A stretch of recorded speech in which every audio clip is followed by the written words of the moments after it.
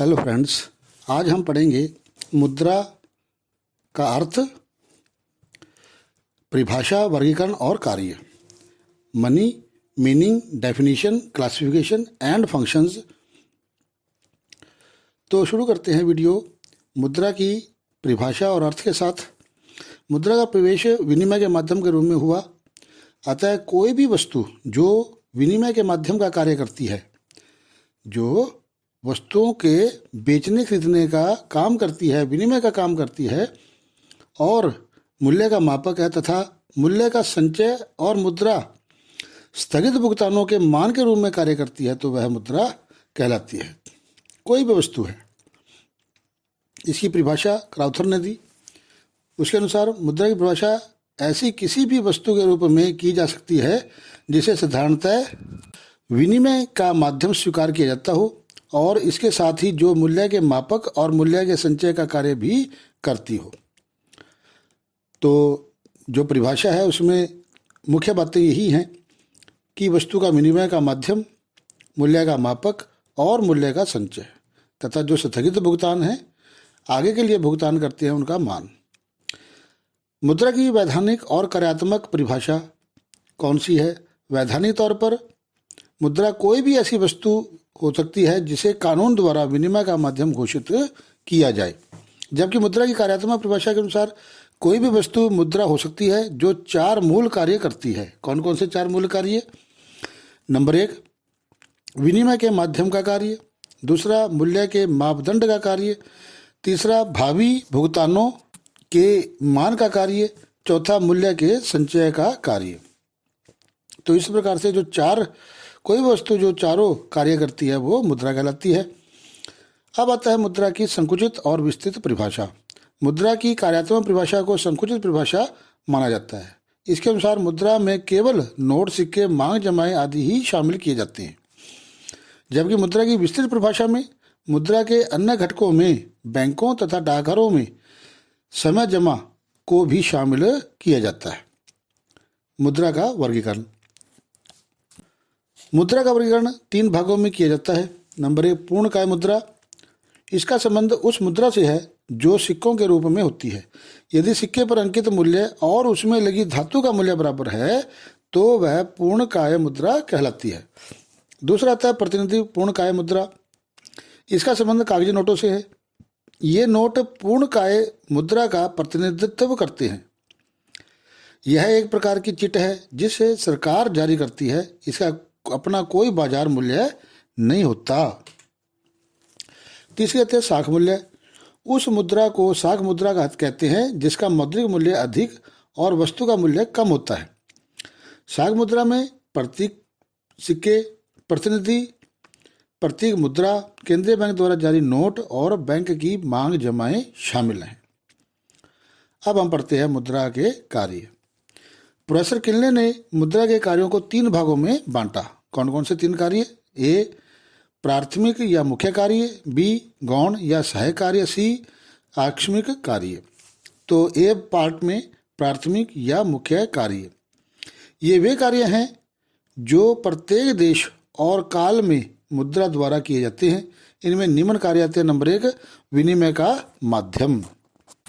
इससे अभिप्राय, मुद्रा के रूप में एक व्यक्ति अपनी वस्तुओं को बेचता है और दूसरी वस्तुओं को खरीदता है। मुद्रा क्रय और विक्रय दोनों में से ही एक मध्यस्थ का कार्य करती है। दूसरा आता है मूल्य का मापदंड। मुद्रा का दूसरा कार्य वस्तुओं और सेवाओं के मूल्य को मापना है। मुद्रा लेखा की इकाई के रूप में कार्य करती है। वस्तु विनिमय में वस्तु के मूल्य को मापने का अभाव था। मुद्रा के द्वारा इस कठिनाई को दूर किया जा सका है। बी पॉइंट आता है मुद्रा के गौण व सहायक कार्य। मुद्रा के 3 सहायक कार्य हैं। ये कार्य प्राथमिक कार्यों के सहायक होते हैं। पहला है स्थगित भुगतानों का मान। जिन लेन देनों का भुगतान तत्काल ना करके भविष्य के लिए स्थगित कर दिया जाता है, उन्हें स्थगित भुगतान कहा जाता है। प्रत्येक अर्थव्यवस्था में किसी न किसी प्रकार के ऋण के लेन देन की आवश्यकता रहती है। लेन देन करते हैं, हम ऋण के लेते हैं, लेकिन मुद्रा के द्वारा यह लेन देन सरलता से किया जा सकता है। मुद्रा को स्थगित भुगतानों का मान इसलिए कहा जाता है, कौन कौन से मान क्या क्या किस लिए कहा जाता है? नंबर 1, अन्य किसी वस्तु की तुलना में इसका मूल्य स्थिर रहता है। दूसरा, अन्य वस्तुओं की तुलना में यह अधिक टिकाऊ है। तीसरा, इसमें सामान्य स्वीकृति का गुण पाया जाता है।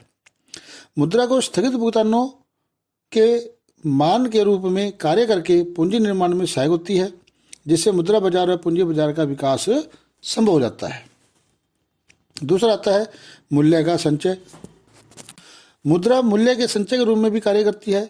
इससे अभिप्राय यह है कि मुद्रा को वस्तुओं और सेवाओं के लिए खर्च करने का तुरंत कोई विचार नहीं है। प्रत्येक व्यक्ति अपनी आय का कुछ भाग बचत करता है, इसे ही मूल्य का संचय कहा जाता है। मुद्रा के रूप में मूल्य का संचय करना सरल होता है, क्योंकि नंबर 1, मुद्रा को सब लोग स्वीकार करते हैं। दूसरा, मुद्रा के मूल्य में अधिक कमी या वृद्धि नहीं होती। तीसरा, मुद्रा का संग्रह सरलता से किया जा सकता है। चौथा, मुद्रा के रूप में बचत करने से अधिक स्थान की आवश्यकता नहीं होती। तीसरा आता है मूल्य का हस्तांतरण। मुद्रा के कारण मूल्य का हस्तांतरण सुविधाजनक हो गया है। लोगों की आवश्यकताओं की पूर्ति के लिए दूर दूर से वस्तुओं को खरीदा जा सकता है। मुद्रा में सामान्य स्वीकृति का गुण होने के कारण इसका एक स्थान से दूसरे स्थान पर हस्तांतरण संभव है। इसी प्रकार कोई भी व्यक्ति अपनी संपत्ति को एक स्थान से बेचकर दूसरे स्थान पर खरीद सकता है। तीसरा मेन कार्य, पहला था प्राथमिक तथा मुख्य कार्य, दूसरा गौण सहायक कार्य, तीसरा अब आता है आकस्मिक कार्य। मुद्रा के आकस्मिक कार्य निम्नलिखित हैं। नंबर 1, साख निर्माण का आधार।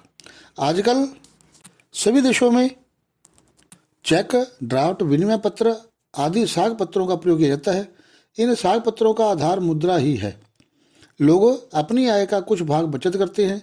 इन साख पत्रों के द्वारा वे अपने जमाओं को मुद्रा के रूप में निकलवा सकते हैं। इस जमा राशि के आधार पर ही बैंक साख का निर्माण करते हैं। दूसरा है अधिकतम संतुष्टि का माप। मुद्रा के रूप में धन व्यय करके एक उपभोक्ता अधिकतम संतुष्टि प्राप्त करता है। तीसरा था राष्ट्रीय आय का वितरण। मुद्रा के द्वारा राष्ट्रीय आय का वितरण बड़ा सरल हो गया है। अब प्रत्येक छात्र को उसके द्वारा किए गए कार्य का उचित भाग मुद्रा के रूप में मिल जाता है। चौथा आता है निर्णय का वाहक। इससे अभिप्राय है कि मुद्रा के रूप में धन संचय करके हम परिस्थिति के अनुसार वस्तुओं को खरीदने के संबंध में अपने निर्णय में परिवर्तन कर सकते हैं। अतः आप मुद्रा का प्रयोग किसी भी उद्देश्य को प्राप्त करने के लिए कर सकते हैं। मुद्रा आपके निर्णय का वाहक है। पांचवा आता है शोधन क्षमता की गारंटी। किसी व्यक्ति या संस्था के पास मुद्रा उसकी शोधन क्षमता की गारंटी है। अपनी शोधन क्षमता बनाए रखने के लिए प्रत्येक व्यक्ति, फर्म, बैंक या बीमा कंपनी को मुद्रा के रूप में धन अवश्य ही जमा करके रखना पड़ता है। मौद्रिक जमाएं शोधन क्षमता की गारंटी का कार्य करती हैं। छठा पॉइंट आता है पूंजी की तरलता में वृद्धि। मुद्रा में सामान्य स्वीकृति का गुण होने के कारण यह पूंजी को तरल बनाए रखने का कार्य करती है। हम दुकान, मकान के रूप में पूंजी लेने से मना कर सकते हैं, परंतु मुद्रा के रूप में पूंजी लेने से मना नहीं कर सकते। आगे आता है अगत्यात्मक या गत्यात्मक कार्य। पहला है अगत्यात्मक कार्य। इससे अभिप्राय मुद्रा के स्थिर तथा निष्क्रिय कार्यों से है। ये कार्य अर्थव्यवस्था का संचालन करते हैं। इनमें गति पैदा करने में कोई सहायता नहीं करते। इन कार्यों में मुद्रा के मुख्य तथा गौण कार्य ही आते हैं। गत्यात्मक कार्य, इससे अभिप्राय ऐसे कार्यों से है जो अर्थव्यवस्था को गति प्रदान करते हैं। गत्यात्मक अर्थ है कीमत में स्थिरता व रोजगार, उत्पादन, आय व व्यापार में वृद्धि करना। मुख्य गत्यात्मक कार्य नंबर 1, मुद्रास्फीति व अवस्फीति की स्थिति को दूर करना। दूसरा, मुद्रा के माध्यम से प्राकृतिक तथा मानवीय संसाधनों का पूर्ण उपयोग संभव बनाना। तीसरा, घाटे की वित्त व्यवस्था को संभव बनाना। चौथा, अंतर्राष्ट्रीय व्यापार में विस्तार करना।